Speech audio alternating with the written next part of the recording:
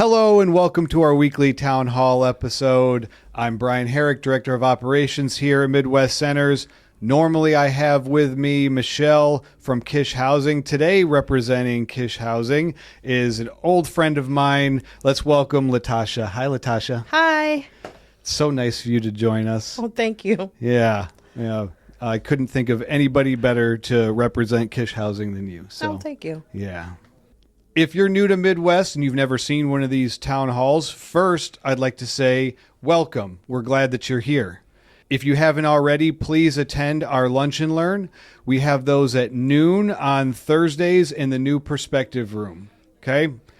There you'll learn new rules and expectations of Midwest and get some answers to any questions you might have and just learn the ins and outs of what you can expect day to day here during your treatment. We're excited to see you there.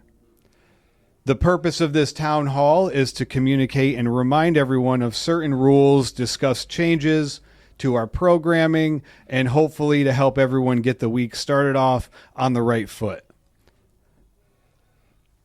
To start us off with some of these announcements, at this time, I'd like to turn it over to you, Latasha, for some Kish announcements. Thank you very much. First of all, December isn't always easy to navigate in early recovery. Experiencing holidays can be a challenge for people in early recovery. I want to make sure everyone is aware that Kish staff is available to talk with anyone who may be struggling. Before making an impulsive decision to use or engage in destructive behavior, come down and talk to us. We are here for you through these times. Now on to the business. Please note that Kish staff will begin taking TVs out of the units that are not meeting the cleanliness standards. We have done everything to get you prioritize regular cleaning and organization of the units. We will now impose a restriction on the TVs until you and your roommates can prove a pattern of compliance. Please note that overnight passes cannot be for more than 2 nights. They must be turned in at least 48 hours in advance of the past dates, and full compliance with treatment and housing is required to have that pass approved. That means you cannot have unexcused absences from group or individual appointments. You must turn in your folder with your sober support verifications and your volunteer hours. Check in with the office to ensure your pass has been approved before leaving on your pass. Your pass cannot be extended by calling the office. You are required to ensure you can return on time from your pass.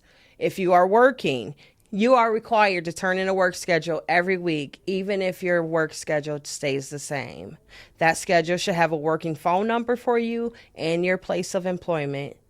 Thank you. Thanks, Latasha. So for clarity, units that don't meet the quality standards, their TVs will be removed. And you said a pattern of cleanliness. So it's not as if you can clean it once and get your TV back. No. It has to be consistent over a period of time to earn that privilege back. Yep. Okay. Thank you for that clarity. All right, everybody. Some announcements from the treatment side of things here at the outpatient center. This is a big one. If you are requesting to miss any service, this includes groups and one-on-one appointments with case management, therapy, or medical, or to switch from morning to afternoon or an afternoon to morning group to accommodate for an appointment, such as a job interview or a doctor's appointment, you must fill out a client request form. These can be found on the wall hanger to the right of the doorway to the therapy and case management hallway across from the men's restroom. Submit the client request form to your case manager with as much detail as possible. Please note that requests must be received at least 48 hours in advance of the appointment, or they will automatically be denied. Just submitting the request does not mean it's approved. Your case manager will let you know whether or not it is approved. Next, lunch service stops at 12:30. This gives the lunch workers time to clean up. Afterwards, make sure that the cleanliness is there and that it's disinfected. If you get out of group at 12:15 for those individuals in PHP, please go straight to the kitchen and get your meal before doing anything else, before going out to smoke a cigarette or anything like that. That way, the kitchen staff can wrap it up and get clean and go about their day as well. Lastly, a big reminder that clients, while you are in PHP, you cannot take a Medicab to the center. You must ride in the transportation that's provided in our vans. Also, during the day, you cannot leave the outpatient center. Please do not go over to Tim Hortons or Rudy's or down the street unaccompanied. This is a mandatory rule requirement, so I appreciate your compliance with this. Next, I have some shout outs, some individuals who are doing really, really good, doing amazing things, being really helpful, great attitudes, things of that nature. I want to start out with Javier. Javier, you turned in a readiness form that was given to you. And I've got to say, Javier, that it was one of the most thorough, well thought out plans that I have ever seen. It was very detailed with SMART goals and everything from your support system to your day-to-day schedule. It was very thorough and great. And I have no doubt, sir, that you will be successful if you follow your plan and keep pursuing your goals. I'd like to give a shout out next to the entire kitchen team. That includes Brandon, Yvette, Justin, Rodney, and Antonio.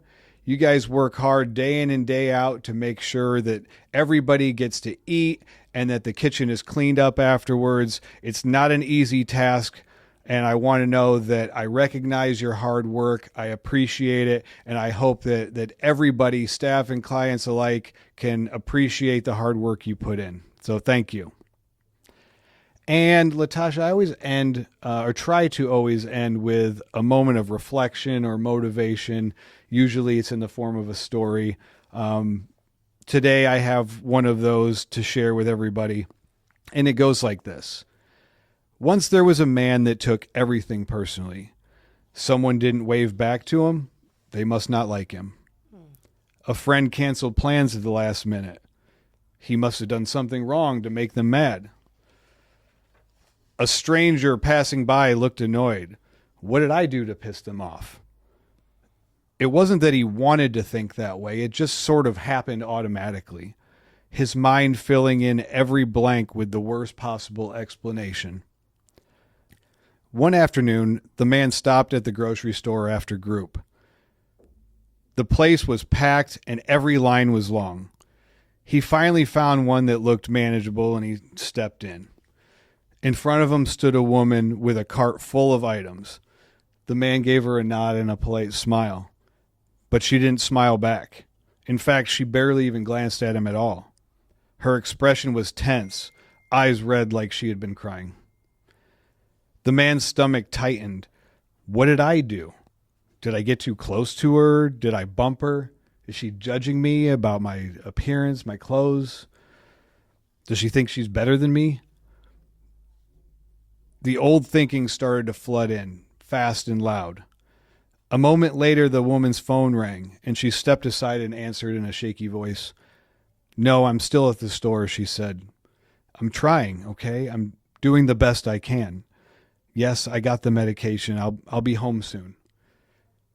There was a long pause, and then she whispered, I know, I'm scared too. The man felt something in his chest shift, like a heavy door opening. None of it had been about him. Not her silence, not her expression, not the lack of a smile. She wasn't judging him. She was carrying something heavy, something he knew all too well.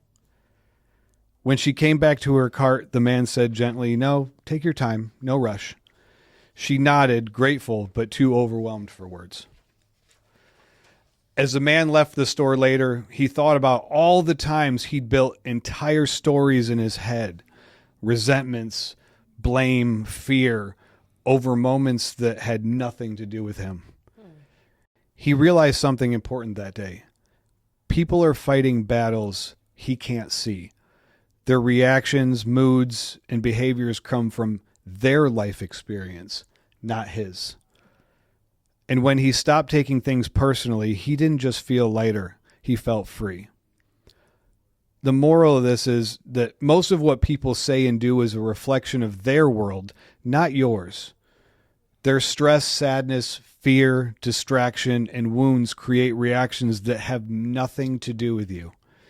When you stop taking things personally, you let go of unnecessary pain.